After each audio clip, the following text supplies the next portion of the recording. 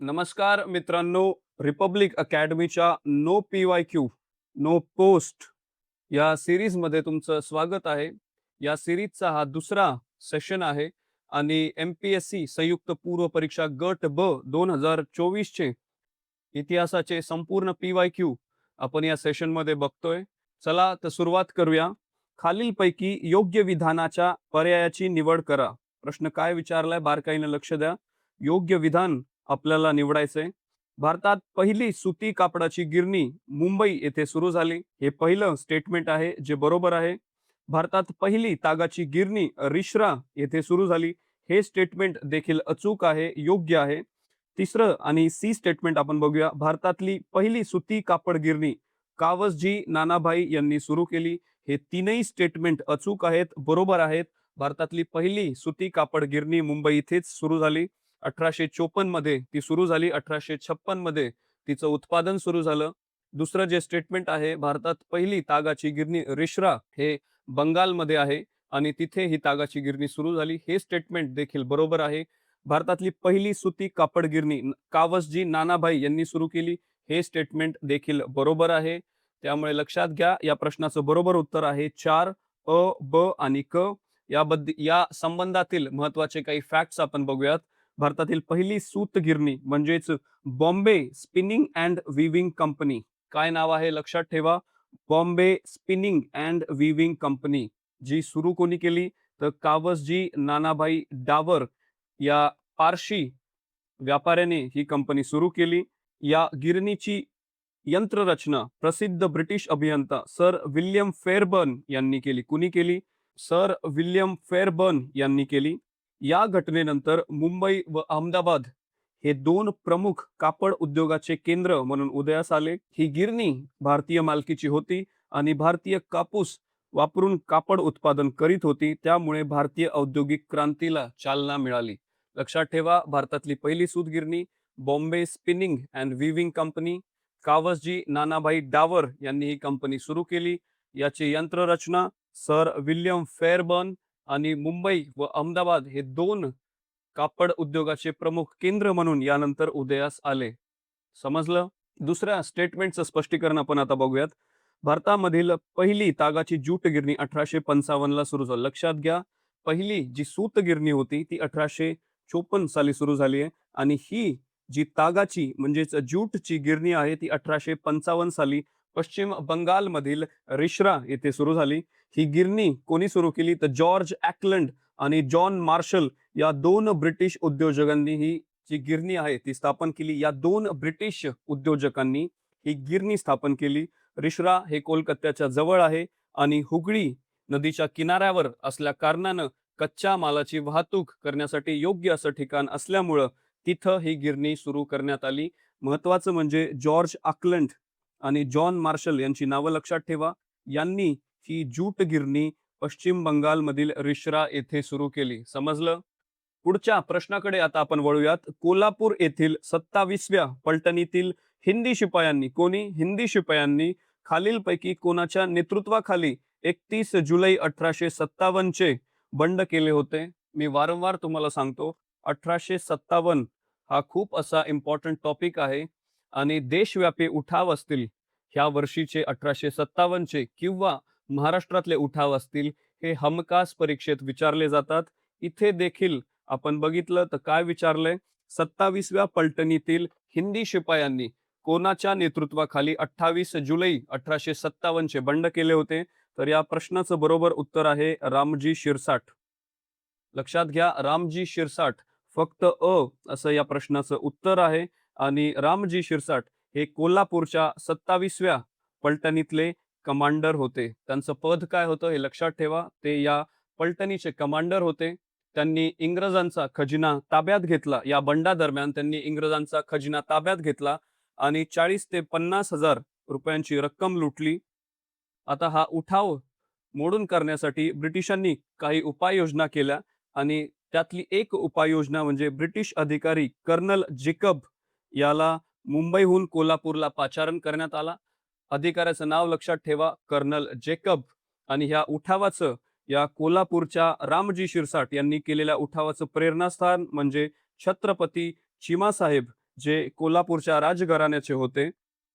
हे या उठावाचं प्रेरणास्थान होते. ब्रिटिशांनी त्यांना अटक केली. त्यांना कराचीच्या तुरुंगात ठेवण्यात आलं आणि मराठ्यांच्या या छत्रपतीची समाधी आज देखील कराचीला आपल्याला बघायला मिळते. त्यामुळे लक्षात ठेवा, कोल्हापूरचा उठाव, उठावाचं नेतृत्व कमांडर रामजी शिरसाट, उठावाची प्रेरणा कोल्हापूरच्या राजघराण्याचे छत्रपती चिमासाहेब महाराज यांची प्रेरणा या उठावाला होती.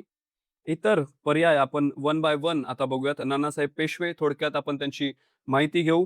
1857च्या स्वातंत्र्य युद्धाचे प्रमुख शिल्पकार म्हणजे नानासाहेब पेशवे.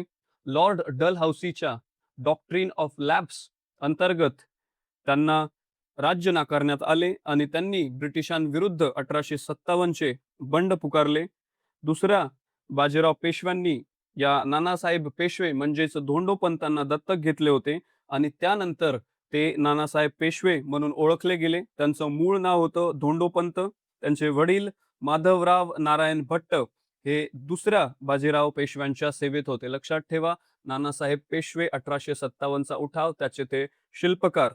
पुढचा जो ऑप्शन होता रंगो बापूजी यांच्याबद्दल आपण थोडक्यात माहिती घेऊ. त्यांचं पूर्ण नाव रंगो बापूजी गुप्ते देशपांडे असं त्यांचं पूर्ण नाव होतं.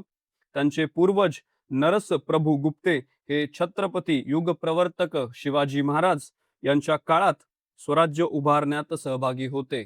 या रंगो बापूजी गुप्ते देशपांडेंचे जे पूर्वज होते ते महाराजांच्या सेवेत होते आणि रंगो बापूजी गुप्ते हे सातारचे छत्रपती प्रतापसिंह भोसले यांचे निष्ठावान सेवक, मुत्सद्दी व वकील होते. 1839 मध्ये ब्रिटिशांनी प्रतापसिंहांना गादीवरून हटवल्यानंतर रंगो बापूजींनी छत्रपतींच्या वतीने प्रतापसिंहांच्या वतीने न्याय मिळवण्यासाठी इंग्लंडला प्रयाण केले. तिथे त्यांना न्याय मिळाला नाही आणि निराश होऊन त्यांनी इंग्रजांशी कायद्याची भाषा करणारा रंगोबा आता मेला असे त्यांनी उद्गार काढले आणि ब्रिटिशांविरुद्ध एक सशस्त्र बंड उभारण्यासाठी त्यांनी बंडखोरांना मदत केली. असे हे रंगो बापूजी गुप्ते देशपांडे. लक्षात घ्या, ही माहिती लक्षात ठेवा, जेणेकरून कुठला संभाव्य प्रश्न या रंगोजी बापूजी गुप्ते यांच्यावर आला तर तो आपल्याला सोडवता येईल. पुढचा जो ऑप्शन होता भीमाजी नाईक, याच्याबद्दल आपण थोडक्यात माहिती घेऊया. भीमाजी नाईक याला निमाडचा रॉबिनहुड देखील म्हटलं जातं. निमाड हा मध्य प्रदेशाच्या दक्षिण सीमेजवळचा भाग आहे आणि तिथे ज्यावेळेस ब्रिटिशांनी अतिक्रमण केलं, आक्रमण केलं, त्यावेळेस तिथल्या भिल्ल समाजाच्या लोकांचा खूप असा आक्रोश निर्माण झाला आणि त्याच आक्रोशातून भीमा नाईकांचा विद्रोह जन्माला आला. 1818 मध्ये ब्रिटिशांनी मराठ्यांचं राज्य घालवलं आणि तेव्हा हा खानदेश आणि निमाडचा प्रदेश त्यांच्या अंतर्गत आला. तो प्रदेश अंतर्गत आल्यानंतर ब्रिटिशांनी त्यांचं अन्यायकारी असं धोरण या आदिवासींवर सुरू ठेवलं. दुसरा महत्वाचा मुद्दा म्हणजे तात्या टोपे. आपल्याला माहिती आहे 1857चं बंड तात्या टोपे ह्या नावाशिवाय अपूर्ण आहे आणि ज्यावेळेस हे तात्या टोपे निमाड क्षेत्रात आले होते, त्यांच्या मागे ब्रिटिशांची फौज होती, ब्रिटिश त्यांचा पाठलाग करत होते. त्यावेळेस याच निमाडच्या रॉबिनहुड मानल्या जाणाऱ्या भीमा नाईकने त्यांना नर्मदा पार करवून दिली आणि सुरक्षितपणे त्यांना कानपूरच्या दिशेने, झाशीच्या दिशेने पाठवून दिलं आणि त्यांचा लढा हा दीर्घकालिक याच कारणामुळे राहिला. याच भीमा नाईकला काळ्या पाण्याची शिक्षा ब्रिटिशांकडून झाली आणि अंदमान आणि निकोबारला त्यांना पाठवण्यात आले. तिथेच त्यांचं निधन झालं. असा हा निमाडचा रॉबिनहुड. लक्षात ठेवा, भीमा नाईक निमाडचा रॉबिनहुड. पुढच्या प्रश्नाकडे वळूयात. सती प्रथेबद्दल शास्त्रांच्या संमतीने केलेला खून असे खालीलपैकी कोणी म्हटले? सती प्रथा ही समाज विदारक प्रथा ज्यावेळेस डोळ्यासमोर येते त्यावेळेस आपल्या समोर फक्त एकच नाव येतं आणि ते म्हणजे राजा राममोहन रॉय. ह्या व्यक्तिमत्वाशिवाय सती प्रथेचा लढा कधीच निकाली लागला नसता असा हा आधुनिक भारताचा जनक राजा राममोहन रॉय यांचं हे वाक्य आहे. आणि त्यांच्याच अथक प्रयत्नातून विल्यम बेंटिकनं ही सती प्रथा बंद केली आणि कायद्यानं दंडनीय अशी ही प्रथा त्यानंतर झाली. याचं पूर्ण श्रेय हे राजा राममोहन रॉय यांना जातं आणि शास्त्राच्या संमतीने केलेला खून असं त्यांनी सती प्रथेबद्दल उद्गार काढले. असे कडवट उद्गार त्यांनी काढले, कडवट टीका त्यांनी केली आणि त्यातूनच ही प्रथा बंद झाली. त्यांच्याबद्दल आपण काही फॅक्ट्स बघूयात, जेणेकरून संभाव्य प्रश्नांच्या दृष्टीनं आपल्याला हा टॉपिक सॉल्व्ह करता येईल. राम मोहन रॉय यांनी स्वतःच्या बहिणीला सक्तीनं सती जाताना पाहिलं. त्यांचे जे बंधू होते, जगन मोहन रॉय यांच्या पत्नी अलक मंजरी यांना जबरदस्तीनं सती जाण्यास भाग पाडलं गेलं. त्यांनी हे उघड्या डोळ्यांनी त्यांच्या बघितलं. त्यांच्या मनाला खूप अशा वेदना झाल्या आणि 1812 मध्ये त्यांनी सती प्रथेविरुद्ध संघर्षाला सुरुवात केली. वेद व उपनिषदांचा अभ्यास करून त्यांनी हे सिद्ध केले की कोणत्याही हिंदू धर्मग्रंथात सतीला धर्म कर्तव्य म्हटलेलं नाही, सतीला धर्म मान्यता नाही. हे त्यांनी वेद व उपनिषदांचा अभ्यास करून सिद्ध केलं आणि त्यांच्याच अथक प्रयत्नांमुळे तत्कालीन governor general Lord William Bentinck याने बंगाल रेग्युलेशन कायदा पारित केला आणि त्या कायद्याद्वारे 1829च्या या कायद्याद्वारे सती प्रथा बेकायदेशीर व दंडनीय घोषित करण्यात आली. लक्षात ठेवा, भारताचे समाज सुधारक आणि त्यामध्ये आद्य समाज सुधारक म्हणून राजा राममोहन रॉय यांचं नाव येतं. त्यामुळे परीक्षेच्या दृष्टीने अत्यंत महत्वाचा असा हा टॉपिक तुम्ही करून गेलंच पाहिजे. पुढच्या प्रश्नाकडे आता आपण वळूयात. जोड्या लावा असा हा प्रश्न आहे आणि या प्रश्नात पुढे जाण्याच्या आधी मी तुम्हाला सांगतो, परीक्षेत खूप वेळा फॅक्च्युअल प्रश्न येतात. फॅक्च्युअल म्हणजे आपल्याला फॅक्ट्स रिकॉल करायला लागतात, आठवायला लागतात आणि ह्या मायन्यूट अशा फॅक्ट्स आहेत. कुठल्याही स्पर्धा परीक्षेसाठी आपण खूप असे सब्जेक्ट्स वाचत असतो, टॉपिक वाचत असतो आणि सगळेच टॉपिक त्यातल्या फॅक्ट्स आपल्या लक्षात राहतील हे गरजेचं नाही किंवा आवश्यक नाही. त्यामुळं असे प्रश्न ज्यावेळेस येतात त्यावेळेस एलिमिनेशन टेक्निकचा वापर करायचा. कुठली टेक्निक वापरायची? एलिमिनेशन.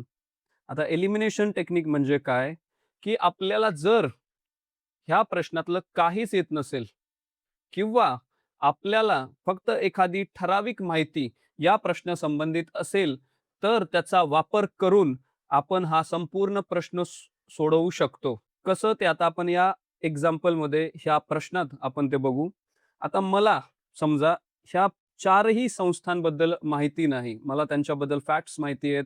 मला त्यांचे अध्यक्ष माहिती आहेत, संस्थापक माहिती आहेत, पण मला त्यांच्या स्थापनेचं वर्ष माहीत नाही किंवा याच्यातल्या 1 किंवा 2च संस्थांचं स्थापनेचं वर्ष मला माहिती आहे. आता उदाहरण म्हणून आपण आर्य समाजाचं स्थापनेचं वर्ष बघू, जे आहे 1875. हे आर्य समाजाच्या स्थापनेचं वर्ष आहे आणि ह्याच फक्त एका फॅक्टवरून, या एकाच डेटावरून आपण पूर्ण प्रश्न आता सॉल्व्ह करूयात.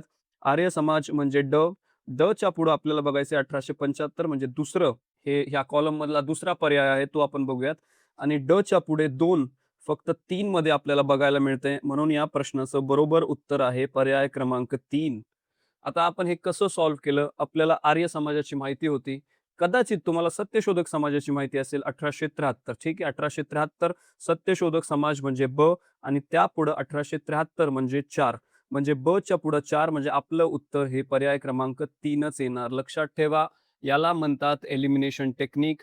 आणि या एलिमिनेशन टेक्निकचा वापर आपल्याला कधी करायचा आहे? जेव्हा आपल्याला एखाद्या प्रश्नाबाबत ठराविक 50 ते 60% माहिती आहे आणि उर्वरित आपल्याला गेस वर्क करायचे. लक्षात ठेवा, अशा वेळेस एक रिस्क सुद्धा आपल्या वाटेला येते, ते म्हणजे प्रश्न आपल्याकडून चुकीचा होऊ शकतो आणि आपले मार्क निगेटिव्ह होऊ शकतात.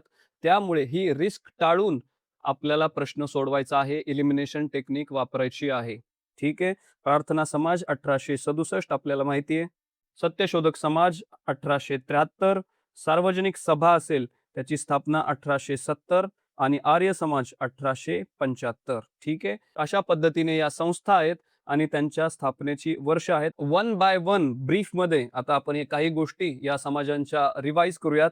प्रार्थना समाज 1867 ला स्थापना कोणी केली? आत्माराम पांडुरंग यांनी 31 मार्च 1867 रोजी मुंबईत प्रार्थना समाजाची स्थापना केली. न्यायमूर्ती महादेव गोविंद रानडे, रामकृष्ण गोपाळ भांडारकर म्हणजेच RG भांडारकर, नारायण गणेश चंदावरकर हे या संस्थेचे प्रमुख आधारस्तंभ होते. लक्षात घ्या, प्रार्थना समाज 1867, आत्माराम पांडुरंग यांच्याकडून प्रार्थना समाजाची स्थापना. ठीक आहे. या समाजाच्या तत्वज्ञानावर काही फॅक्ट बघूयात. ही संस्था एकेश्वरवादावर आधारित होती. कशावर ही आधारलेली होती? एकेश्वरवाद म्हणजे एकाच ईश्वराची पूजा करायची, त्याचीच आराधना करायची. याला म्हणतात एकेश्वरवाद. मूर्तीपूजा असेल, जातीभेद असेल आणि कर्मकांड असेल, या सर्व प्रथा परंपरांना प्रार्थना समाजाने विरोध केला. लक्षात ठेवा, प्रार्थना समाज 1867. पुढचा असा एव्हरग्रीन असा हा टॉपिक आहे. वारंवार मी तुम्हाला सांगतो, सत्यशोधक समाज, महात्मा फुले ही मेन थीम आहे. त्याच्या अनुषंगाने सर्व मुद्दे कायम लक्षात ठेवायचे. सत्यशोधक समाज स्थापना 24 सप्टेंबर 1873 रोजी महात्मा ज्योतिराव फुल्यांकडून याची स्थापना. शूद्र असतील, अतिशूद्र असतील, या जातींना पुरोहित, सावकार, उच्चवर्णीय या लोकांच्या सामाजिक आणि धार्मिक गुलामगिरीतून मुक्त करण्यासाठी महात्मा फुल्यांकडून 1873 मध्ये सत्यशोधक समाजाची स्थापना. समजलं? पुढे आता पुणे सार्वजनिक सभेबद्दल आपण काही माहिती घेऊया. लक्षात ठेवा, पुणे सार्वजनिक सभा ही पुनर्गठित झालेली संस्था आहे. तिचं आधीचं नाव होतं पूना असोसिएशन. 1867 मध्ये या पूना असोसिएशनची स्थापना झाली. गणेश वासुदेव जोशी, ज्यांना आपण सार्वजनिक काका या नावाने ओळखतो, त्यांच्याकडून याची स्थापना झाली. 2 एप्रिल 1870 मध्ये हीच पूना असोसिएशन पुणे सार्वजनिक सभा या नावाने पुनर्गठित झाली. हा मुद्दा लक्षात ठेवा. स्टेटमेंट बेस्ड प्रश्नात असं विचारल्या जाऊ शकते. आता महादेव गोविंद रानडे, जे आपण आधी प्रार्थना समाजाच्या संदर्भात बघितले, तेच इथे संस्थापक आहेत आणि त्यांच्या सोबत आहेत एस.एच. चिपळूणकर. कोण आहेत त्यांच्यासोबत? एस.एच. चिपळूणकर, पुणे सार्वजनिक सभा. लक्षात ठेवा. आता या पुणे सार्वजनिक सभेचे पहिले अध्यक्ष कोण होते असा जर प्रश्न आला तर त्याचं उत्तर असेल औंध संस्थानचे अधिपती श्रीमंत भवनराव श्रीनिवास पंत प्रतिनिधी हे पुणे सार्वजनिक सभेचे पहिले अध्यक्ष होते. ह्या फॅक्ट मी का रिपीट करतोय? कारण संभाव्य प्रश्न आला तर तुम्हाला तो सोडवता यावा. पूना असोसिएशन 1867, नंतर पुणे सार्वजनिक सभा 1870, महादेव गोविंद रानडे आणि चिपळूणकर संस्थापक आणि पहिले अध्यक्ष श्रीमंत भवनराव श्रीनिवास पंत प्रतिनिधी. लक्षात ठेवा. चला, सगळ्यात महत्वाच्या अशा दुसऱ्या समाजाकडे आपण वळूयात आणि त्याचं नाव आहे आर्य समाज. 10 एप्रिल 1875, किती? 10 एप्रिल 1875 रोजी मुंबई, लक्षात घ्या, मुंबई येथे आर्य समाजाची स्थापना झाली.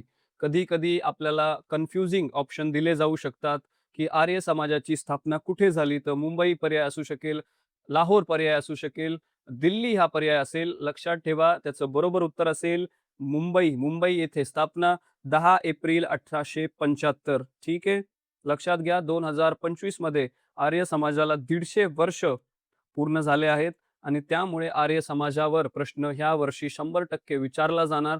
त्यामुळे तुमची पूर्ण तयारी आर्य समाजाच्या बाबतीत असू द्या. आर्य समाजाचे संस्थापक स्वामी दयानंद सरस्वती.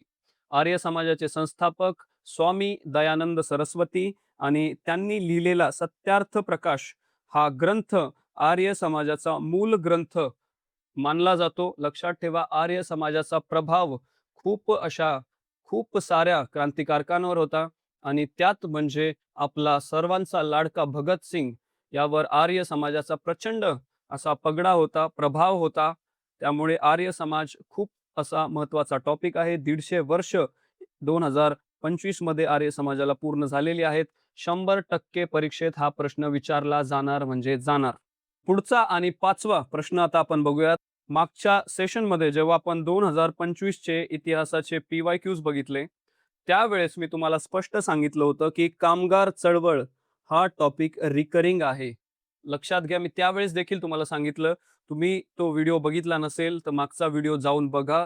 त्यात मी तुम्हाला डिटेलमध्ये सांगितलं की कोणते टॉपिक हे रिकरिंग टॉपिक आहेत, पुन्हा पुन्हा येणारे टॉपिक आहेत आणि त्यातला एक टॉपिक म्हणजे कामगार चळवळ आणि त्या संबंधीचे सर्व मुद्दे तुमच्या अभ्यासात असणं खूप गरजेचं आहे. मागच्या प्रश्नात मी तुम्हाला दाखवलं होतं की आयटकची स्थापना असेल त्या संदर्भात प्रश्न आला होता. नंतर कामगार चळवळीचे जनक असतील, NM लोखंडे असतील, त्यांचा संदर्भ मी तुम्हाला त्यावेळेस दिला होता. आताचा हा प्रश्न बघूयात की 1909 मध्ये कामगार हितवर्धक सभा संघटनेचं नाव लक्षात ठेवा. कामगार हितवर्धक सभा या संघटनेची स्थापना करून कामगारांना शिक्षण, कायदेशीर सल्ला देण्याचे काम खालीलपैकी कोणत्या व्यक्तींनी केले होते? लक्षात ठेवा, क. हरिहर सोनुले वगळता इतर सर्व व्यक्ती हे या कामगार हितवर्धक सभेशी संबंधित आहेत. कामगारांच्या हितासाठी, कामगारांना शिक्षण देण्यासाठी, त्यांना कायदेशीर सल्ला देण्यासाठी, त्यांच्या हक्कांची जाणीव त्यांना करून देण्यासाठी या कामगार हितवर्धक सभेची स्थापना 1909 मध्ये करण्यात आली होती. आणि यात महत्त्वाच्या असणाऱ्या व्यक्तींची नावं इथं दिली आहेत. तर हरिहर सोनुले वगळता भिवाजी नरे असतील, सीताराम बोले असतील, बॅरिस्टर हरिश्चंद्र तालचेरकर असतील. हे सर्व पर्याय बरोबर आहेत. म्हणून आपलं उत्तर आहे अ, ब आणि ड. पर्याय क्रमांक 3 आपलं हे उत्तर आहे. लक्षात ठेवा, कामगार चळवळ हा अत्यंत महत्त्वाचा असा टॉपिक आहे. या टॉपिकला मिस करू नका. थोडक्यात आपण या कामगार हितवर्धक सभेची माहिती घेऊयात आणि या 3 लोकांची नावं जी आता आपण घेतली, भिवाजी नरे असतील, सीताराम बोले असतील, हरिश्चंद्र तालचेरकर असतील, या तिघांनी मिळून याची स्थापना केली. 1909 मध्ये या संघटनेची त्यांनी स्थापना केली. कामगारांना, या संस्थेचा मुख्य हेतू गिरणी कामगारांना, लक्षात ठेवा, पहिला प्रश्न आपण या सेशनचा सॉल्व्ह केला. त्यात काय होतं की पहिली सूतगिरणी, ठीक आहे, आणि तागाची गिरणी आपल्याला विचारण्यात आली होती. आणि आता आपण 5वा हा प्रश्न सॉल्व्ह करतोय. इथं आपल्याला गिरणी कामगारांच्या संबंधित संघटनेवर प्रश्न विचारण्यात आलाय. त्यामुळे समजून घ्या, सर्व टॉपिक हे इंटरलिंक्ड असतात. अभ्यास करताना, वाचन करताना इंटरलिंकिंग करताच तुम्हाला आली पाहिजे. समजलं? आता या संस्थेचा हेतू आपण बघितला की गिरणी कामगारांना शिक्षण आणि कायदेशीर सल्ला देण्याचं काम या संघटनेकडून झालं. लक्षात ठेवा, अत्यंत असा महत्वाचा पॉइंट मी तुम्हाला आता सांगतोय. राजर्षी शाहू महाराजांचा या संस्थेशी निकटचा असा संबंध होता. परळमध्ये 1918 मध्ये झालेल्या सभेचं अध्यक्षपद त्यांनी भूषवलेलं होतं. लक्षात ठेवा, शाहू महाराजांचा या कामगार हितवर्धक सभा या संघटनेशी खूप जवळचा असा संबंध होता. 1918 मध्ये त्यांनी परळ येथे झालेल्या सभेचं अध्यक्षपद भूषवलं होतं. ही फॅक्ट, ही बाब लक्षात ठेवा. संभाव्य प्रश्न, स्टेटमेंट बेस्ड प्रश्न विचारला जाऊ शकतो, कारण ह्याच गोष्टी इंटरलिंक होऊन संभाव्य प्रश्नांच्या स्वरूपात आपल्या समोर येतात. कामगार हितवर्धक सभा, भिवाजी नरे, सीताराम बोले, हरिश्चंद्र तालचेरकर, 1909 स्थापनेचं वर्ष. पुढचा प्रश्न आता बघूयात आणि पुन्हा टिळक. लक्षात घ्या, आपण मुझफ्फरपूर बॉम्बिंगचा प्रश्न सोडवला होता आणि बंगालमध्ये झालेला तो बॉम्ब हल्ला होता आणि तिथे टिळकांच्या संबंधावर प्रश्न होता की त्यांच्यावर देशद्रोहाचा खटला दाखल करण्यात आला होता त्यावेळेस. तो प्रश्न आणि हा प्रश्न बघा, टिळकांच्या संबंधी प्रश्न वारंवार परीक्षेत विचारले जातात. त्यामुळे हा टॉपिक मिस करायचा नाही. आता सिंपल, सरळ, साधा होम रूल चळवळीवरचा हा प्रश्न आहे की होम रूल चळवळ म्हणजे काय. डोळे झाकून या प्रश्नाचं उत्तर तुम्हाला देता येईल अशा पद्धतीचा हा प्रश्न आहे. आता 6वा प्रश्न, होम रूल म्हणजे, पहिलं वाक्य काय सांगतंय, आपल्या देशाचा कारभार प्राप्त करून घेणं. हे अगदीच बरोबर आहे. होम रूल म्हणजे स्वराज. आपल्या लोकप्रतिनिधींनी आपल्यावर राज्य करणं, आपल्या वतीनं निर्णय घेणं, आपल्या वतीनं निर्णय घेणं आणि ते निर्णय चुकीचे ठरल्यास त्यांना अकाउंटेबल धरणं, जबाबदार धरणं, याला होम रूल, शासन असं म्हणतात. दुसरं स्टेटमेंट आपण बघूया, स्वराज्य प्राप्त करून घेणं. आता होम रूलचा मराठीत अर्थ होतो स्वराज, त्यामुळं स्वराज्य प्राप्त करून घेणं याचाच अर्थ होम रूल. समजलं? आता तिसरं, इंग्रजांच्या जोखडातून मुक्त होणं. आता हे लॉजिकल आहे, फार डोकं लावायचं नाही, हे सुद्धा बरोबर आहे. आणि ड बघा, स्वशासनास प्रतिकार करणं, म्हणजे हे विरुद्ध अर्थी असं स्टेटमेंट आहे. त्यामुळे बरोबर उत्तर आहे आपल्या देशाचा कारभार प्राप्त करून घेणं, स्वराज्य प्राप्त करून घेणं, इंग्रजांच्या जोखडातून मुक्त होणं. आणि म्हणून या प्रश्नाचं उत्तर आहे ड वगळता अ, ब आणि क. लक्षात ठेवा, होम रूल चळवळ हमखास प्रश्न येत राहतो. त्या संबंधी थोडीफार माहिती आता आपण घेऊया. होम रूल चळवळ म्हणजे काय. लोकमान्य टिळकांनी 28 एप्रिल 1916 रोजी बेळगाव येथे इंडियन होम रूलची स्थापना केली. लक्षात ठेवा, 2 होम रूल चळवळी स्थापन झाल्या होत्या. एक चळवळ अॅनी बेझंट यांनी चालवली, दुसरी चळवळ लोकमान्य टिळकांनी चालवली. टिळकांची जी होम रूल लीग होती त्याची स्थापना बेळगावला झाली होती. 28 एप्रिल 1916 ला याची स्थापना झाली होती. तर ॲनी बेझंट ज्या स्वतः आयरिश होत्या, त्यांनी 25 सप्टेंबर 1916 रोजी, म्हणजे वर्ष एकच आहे 1916, फक्त टिळकांनी त्याची स्थापना आधी केली, ती बेळगाव येथे केली आणि ॲनी बेझंट यांनी 25 सप्टेंबर मद्रास अड्यार येथे स्वतंत्र होम रूल लीग स्थापन केली. लक्षात ठेवा, हा मुद्दा खूप असा महत्त्वाचा आहे. तुम्हाला कन्फ्युजिंग स्टेटमेंट दिलं जाऊ शकतं. टिळकांची होम रूल कुठे स्थापन झाली आणि बेझंट यांची होम रूल कुठे स्थापन झाली, यावर तुम्हाला कन्फ्युजिंग स्टेटमेंट दिलं जाऊ शकतं. आता आपल्याला माहिती आहे ॲनी बेझंट या आयरिश होत्या आणि आयर्लंडमध्ये 1908 ते 13 च्या काळात ही होम रूल चळवळ सुरू झाली होती आणि इथे आल्यानंतर त्यांनी भारतात अशीच चळवळ सुरू केली. लक्षात ठेवा, टिळकांची जी चळवळ होती, होम रूल चळवळ होती, मुंबई वगळता त्यांचं कार्यक्षेत्र हे मुंबई वगळून होतं. लक्षात ठेवा, आपल्याला असे वाटेल की टिळक हा मराठी माणूस आहे. जरी मराठी असला तरी राष्ट्रीय नेता होता आणि त्याचं कार्य आपल्याला लॉजिकल वाटू शकतं की मुंबईला तर त्यांचं कार्य असूच शकतं, पण नाही. त्यांचं कार्यक्षेत्र मुंबई वगळता महाराष्ट्र, कर्नाटक, मध्य प्रांत आणि वराड होतं. लक्षात घ्या, टिळकांच्या होम रूल लीगचं जे कार्यक्षेत्र होतं ते मुंबई नव्हतं. महाराष्ट्र असेल, कर्नाटक असेल, मध्य प्रांत असेल, वराड असेल, हे त्यांच्या चळवळीचं कार्यक्षेत्र होतं. हे लक्षात ठेवा मुद्दे. होम रूल चळवळीच्या दृष्टीनं हे काही महत्त्वाचे मुद्दे आहेत. चांगल्या पद्धतीने रिवाइज करा. पुढच्या आणि 7व्या प्रश्नाकडे आता आपण वळूयात. प्रश्न नीट वाचा. कायम लक्षात ठेवा, किती बोरिंग काम असलं तरी कायम प्रश्न नीट वाचायचा, तो डिकोड करायचा. त्यात एखादी कन्सेप्ट असेल, फॅक्ट असेल, व्यवस्थित डोळ्यातून, मेंदूत ती फॅक्ट घालायची आणि नंतरच तो प्रश्न सोडवायच्या दृष्टीने प्रयत्न करायचा.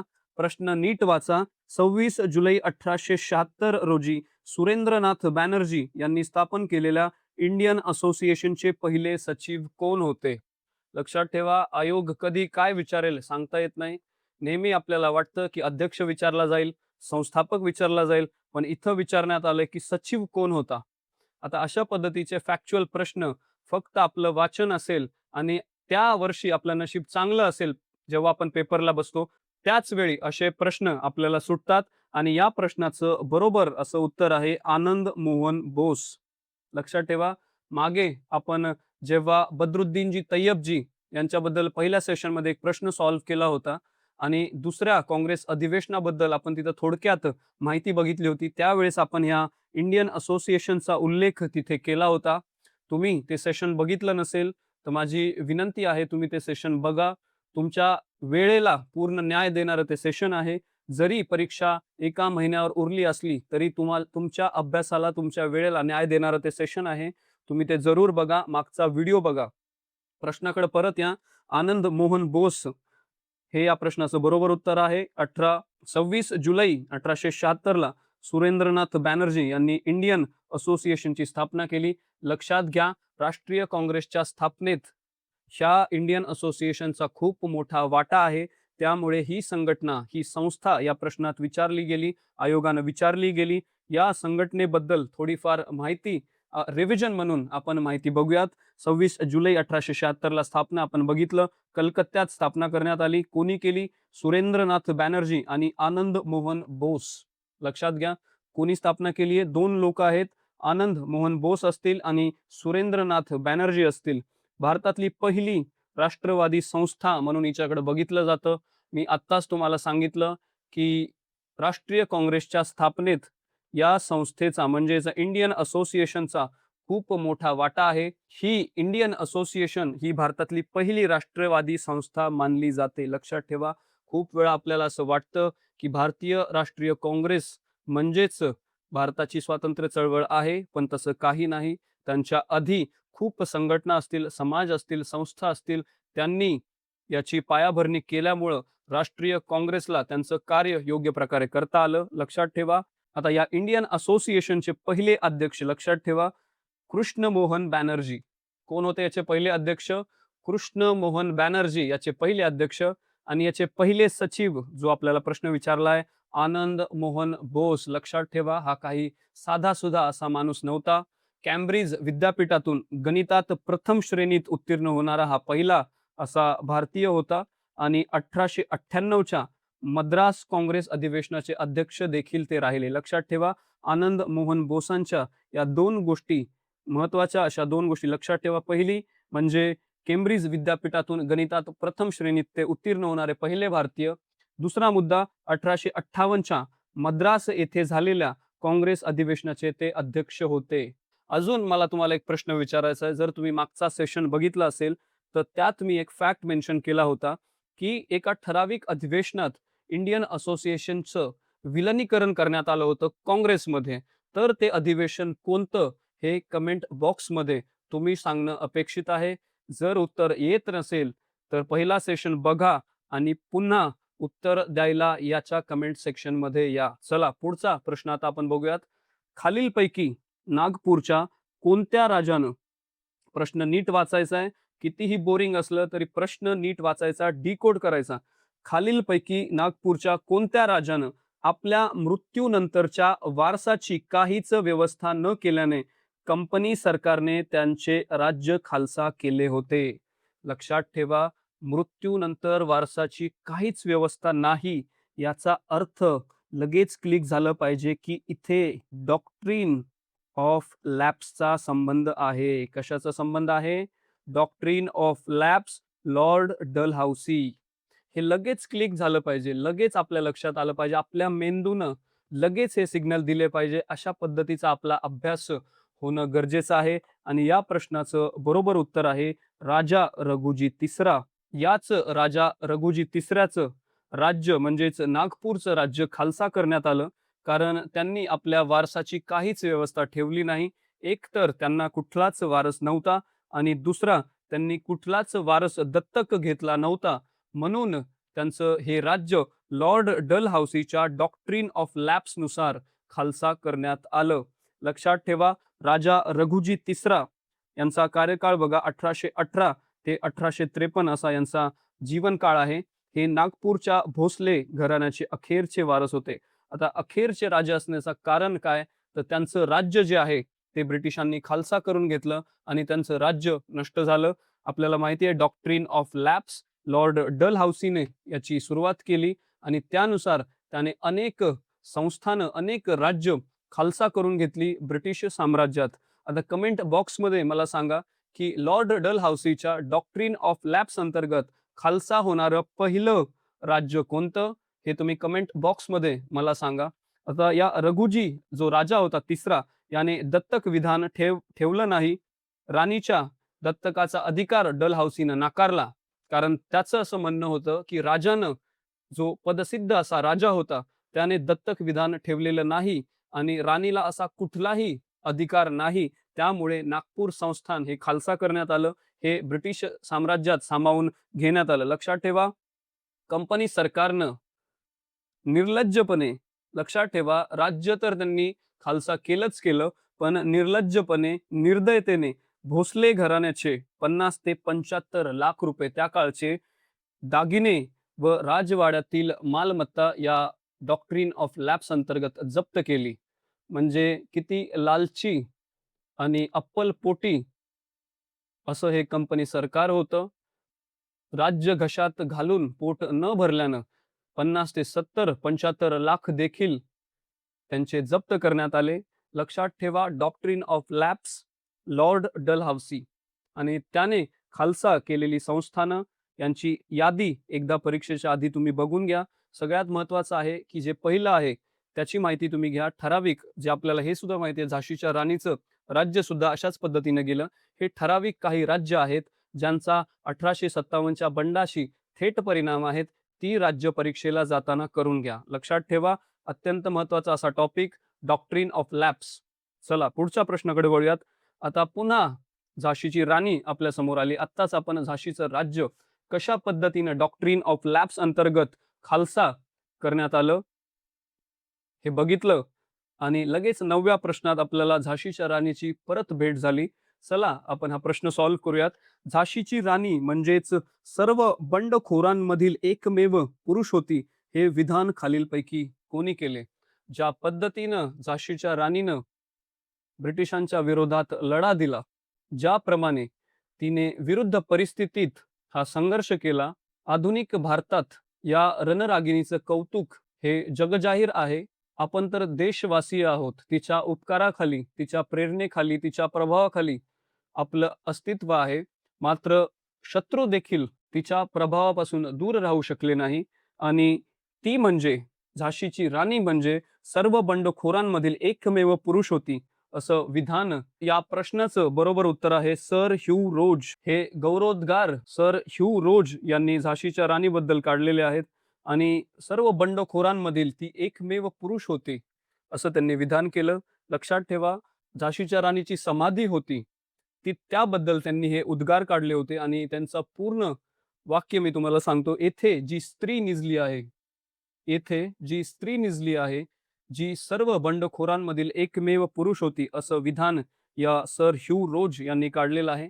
त्यांच्याबद्दल एक थोडीशी ब्रीफ माहिती आपण घेऊ, जेणेकरून एखादा प्रश्न आलाच, आपल्याला ऑप्शन एलिमिनेट करायला मदत होईल. डायरेक्टली आला तर वेल एंड गुड. इनडायरेक्टली आला तर आपल्याला ऑप्शन एलिमिनेट करता यावा, यासाठी आपल्याला मदत होऊ शकते. 1857च्या स्वातंत्र्य युद्धात त्यांना सेंट्रल इंडिया फील्ड फोर्सचे मध्य भारत सैन्य दल प्रमुख म्हणून त्यांची नियुक्ती केली गेली होती. लक्षात ठेवा.